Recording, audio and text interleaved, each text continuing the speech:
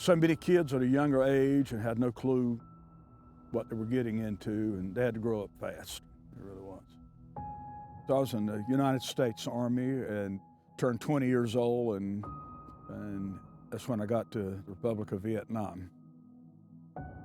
Going to Vietnam, the war in Vietnam, a unique thing about it, you went over as an individual.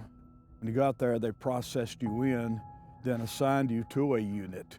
And that's where you met all new people and we're all the same way. So the camaraderie was not really set up when you first got there. Everybody was basically scared.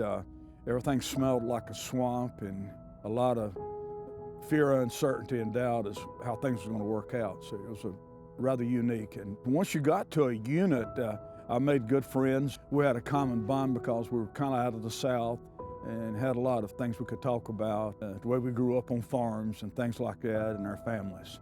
But we'd sit around a lot at night and talk about things and our families and what the jobs were, what we hoped to go back to when it's all over with, what our plans were.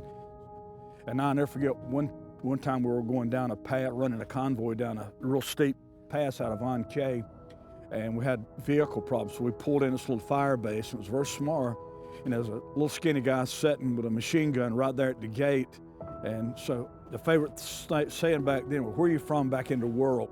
He said, "A little town in North Carolina." I said, "North Carolina?" He said, "Yeah." He said, "You never heard of it?" I said, "I'm from North Carolina." He said, "Where?" "A little town called Coates." So I grabbed my rifle and I said, "Well, I'm from Anger." And Coates and Anger were always rivalries, what have you. He said, "Do we start shooting now or later?" I said, "Let's postpone it." And when I got home, I looked up his family, and he made it back. I seen him later. So you never know who you're going to run into in those unique little situations that you don't forget about.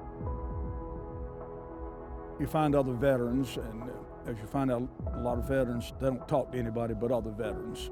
It's just the way it was. But you run into other vets, and you find out, well, where were you at in the Nam? You know, and they'll tell you where they were at and who they were with, and you can sit down and have a hot beverage or a cold beverage and reminisce. That camaraderie is always there. That way you recognize there's Vietnam, you speak, we say, "Welcome home, brother," which is another story within itself we can talk about.